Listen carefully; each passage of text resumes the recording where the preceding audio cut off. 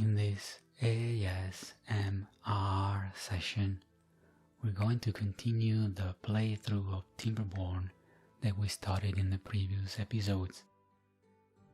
Our tribe seems to be on the right path to grow and prosper. So now probably is the right time to expand. Without further ado, let's start the game. Here we are again with our tribe. Now, I think the situation is quite good. We've been through quite a few droughts with very little consequences, actually none. So we're kind of okay in this moment. Now we can think about expanding even further, so reaching more parts of the scenario. Now the thing with this game is that you can't really expand your initial base just all over the area. You have to build districts, so confined, well-defined sections, so towns basically. And they all have a maximum reach. So now, for example, the original district has got a maximum reach of just about where I am now. Also, I'm testing if the Beavers can actually build a platform so down below the mountain. That would be really useful for the expansion of our tribe. And then the idea for me would be probably expanding towards the east. That's where we have our scrap metal deposit, and the objective would be then to exploit that deposit to build better buildings, better things, and improve even more the life and the well-being of our beavers. As I was saying, now let's see if they can actually build that platform so down below the mountain. That would be really useful if they do it. Then I have to think about how to actually exploit that. And in the meanwhile, a new drought is coming. One more day before the new drought will hit the tribe. Now, I'm pretty confident that we're going to be okay. I think we have enough water units and we have enough food, or we will have enough food, I hope. It will all depend in the end on how long the drought will last. There are very short droughts and they usually happen in the beginning of the game, so like 3 days, 4 days. Later they will become longer and longer. Now the maximum they have experienced when I was testing the game, it was 9 days. Now, with extreme satisfaction, I can see that the beavers were able to build the platform down below, very down below the mountain. So that's quite useful, very useful to be able to get down from the top of the mountain where we are now. So then we can reach the river below and the rest of the map. That's very good, very good. Now, I think we can start placing the basic elements of the new district. So the first step is to place the district center. I'm trying to find a good location that would allow us then to expand towards the scrap metal, but also at the same time to be close enough to reach the river down below. because each section needs to be self-sufficient in a way. You can trade between districts, and actually that's essential, but some basic elements need to be present in every section. At least that's my understanding.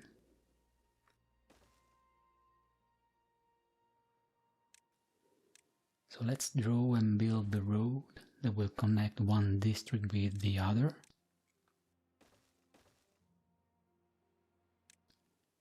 And in the meanwhile, the drought has started, and it will last only 4 days, so a bit longer than before, but we should be alright. For 1 extra day, we should be alright. The idea is that the original district will build everything, all the ramps, and then I will join the 2 districts in the proper way. Now the ramps are ready, so I can connect the 2 districts with a gate. That's how you do it. And now we have 2 separate towns. Now, creating a new district involves different steps in the process. So the first one was to put down the district center. But then you have to move the beavers themselves. So you have to make them migrate from District 1 to District 2. Initially though, they won't have resources, and especially where I put the new district, there are no trees to cut down, and the river is far away to get some water from. So, what you have to do is to move resources from the rich district to the poor one. Let's call them in that way. So to do that, now I have to unlock the distribution post and the drop-off point. But I need more science points. So we'll put down another inventor, so then I can produce points more quickly. And then I can unlock the buildings that I need. Currently, the original district has got enough unemployed beavers, so I think there will be enough for the new buildings that I'm going to create, and hopefully there will be enough as well to be moved to the new town. Currently, the drought is actually going pretty well. We're almost halfway through and we still have enough resources. The amount of water is fine and we have loads of berries. Not many carrots, but the carrots are always consumed first. So I think as soon as they have carrots they consume them and then they move on to whatever comes next. So berries in this case. I think I might have to increase the number of types of food available, so our beavers can have more choices. Also, every time you add a different type of food, it increases the tribe well-being. You can't just live on berries and carrots forever, to be honest. And at some point, you want to reward the beavers somehow. Right now, the drought has ended, and I think we're doing fine. We don't have any real problems, as I thought. In the end, we don't have that big population. Now, we have enough science points, so I can unlock the distribution post.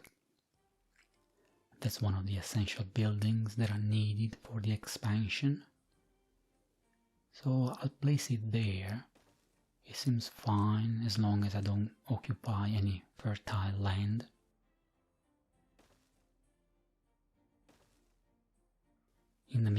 while the river is coming back, and now we can go back to grow our crops again.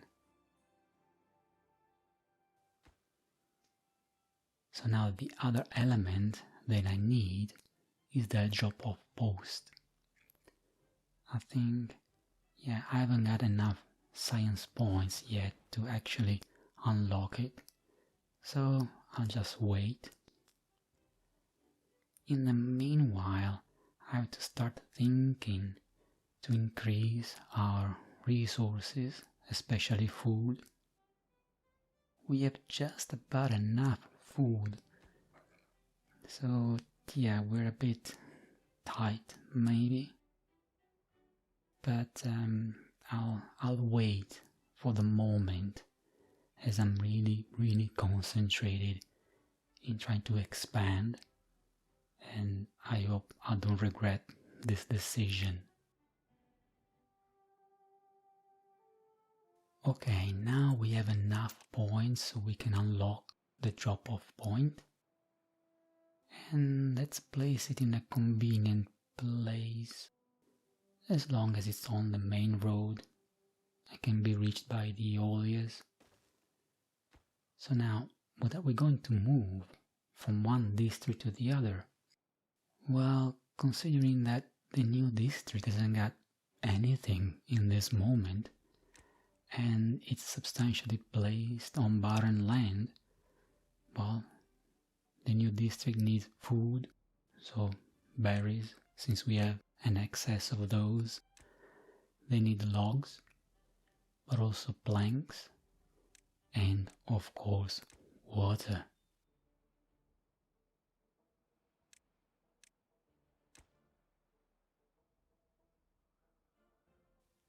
Now, just to be sure, I'll put some limits on the amount of those goods that can be transferred. So basically I'm setting a minimum amount that would be left in the exporting district. So for example, now I've set 50 berries, so if there are less than 50 berries, they won't be moved from district 1 to district 2. So I'm trying to make sure that the exporting district will never export everything it has got.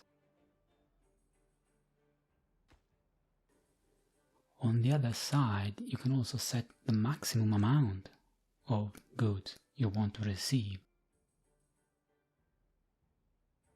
So for the planks, I put down 50. In the beginning, there won't be any need for too many planks, so 50 should be alright. Now everything is ready, but we have a very simple problem. We haven't got enough workers to move to the second district. Actually, there are 2 vacancies, and wait, yes, no, that's a global number, so 2 vacancies counts also the 2 vacancies in the new district center. So that means that district 1 has got full employment. And right, okay, now 2 beavers just died, so now we have 2 vacancies in district 1 as well. So the idea usually is to have excess workforce in the regional district and then move the unemployed. But as mentioned before, you also want to keep some unemployed because you want to replace the beavers that actually die. Now, to increase the workforce, what you have to do is build houses. So if we add 1 extra house, the beavers will be stimulated to produce more children. Let's put it in this way. So hopefully now we will get some unemployed, then we can move to the new town. It's a bit of a waiting game actually. The thing is that increasing the number of beavers might push the resources over our limit. So we might have just enough resources now for the number of beavers that we have. So adding maybe 5 or more might actually create an imbalance. This is something that I fear and I think we will find out very soon.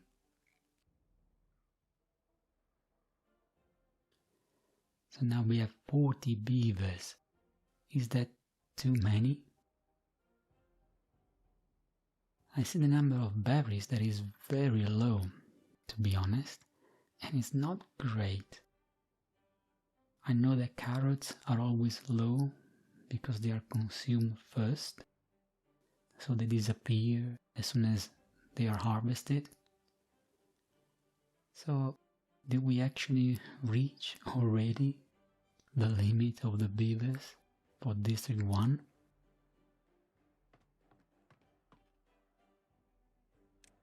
Now I've reduced the number of ollies that will transport from District 1 to District 2, because District 2 now is not using any resources, and there are some vacancies as well in District 1. Right, now we have a new drought that is coming in 3 days. So yeah, I think it's not a great move to start migrating beavers with a drought coming. Besides, we only have 1 unemployed. So moving only 1 beaver, yeah, it's not a good idea. So let's better wait after the drought. Also, now the droughts are becoming longer. So last time it was 4 days and it was alright. By the end of the 4th day, everything was dry, so it was a potential problem there. Now I'm wondering if this drought will be longer, like 6 days. What will happen? Well, I think we can only just wait and see and hope for the best.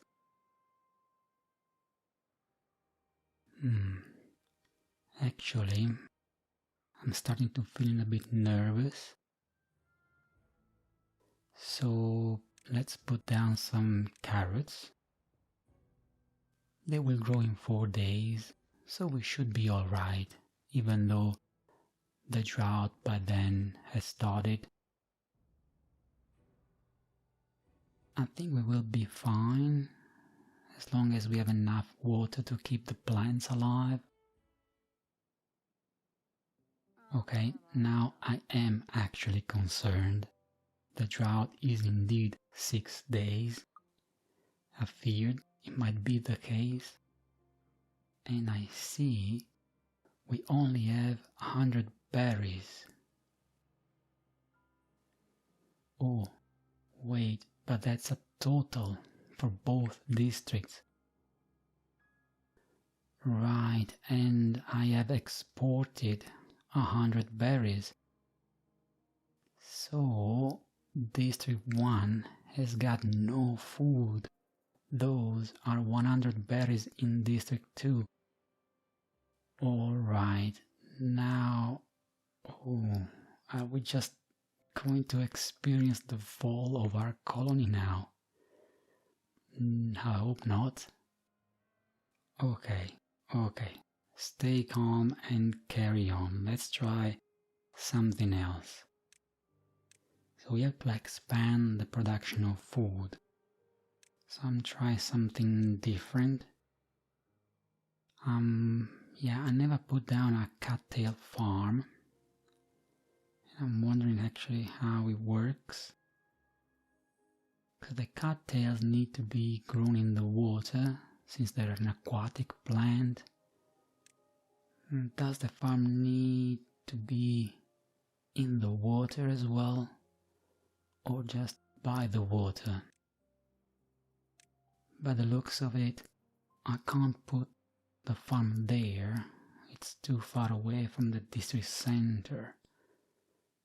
But if I put it in the water, all the markings are in the water themselves, so okay, I'll put it in the water.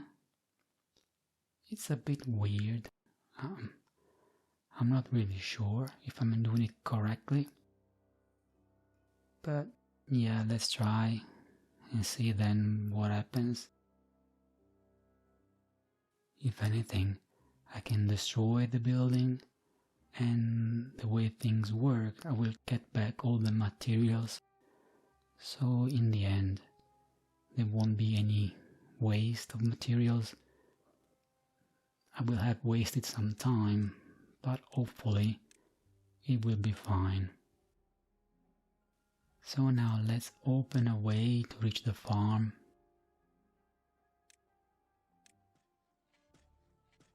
In the meanwhile, I can mark the area where the beavers will plant the cattails.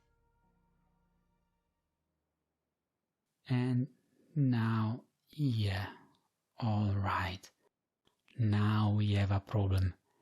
Everything is dry. Everything. There is no water.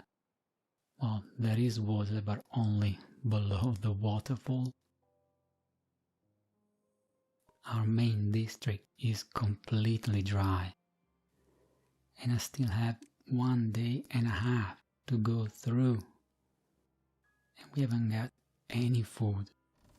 Everyone is hungry. Oh dear. Oh dear. The well-being is now negative. Oh, it's a potential disaster. Okay, 1 more day before everything goes back to normal. But then it will take a few more days after that to get some crops. So now we are in a pickle. Our tribe might be literally on the verge of imploding. Well, now it's clear that we can't go more than 4 days without any water. Well, the real problem will be when the beavers will start dying because of hunger. Well, if not too many die, then we can go through this moment, but it will be difficult.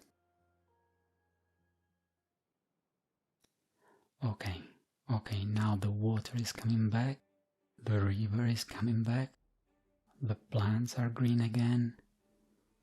Let's see if we can survive this dramatic moment. Also, I can confirm that the aquatic farm can't be built in the water, so probably needs to be built above the water, very likely on the platforms. Right. I think we can close the video here. This time the drought has wiped out all our resources, and now we have beavers starving. The next episode will be really interesting. I hope you've enjoyed and that this ASMR session was useful for you. So if you liked the video, please like, subscribe, or leave a comment.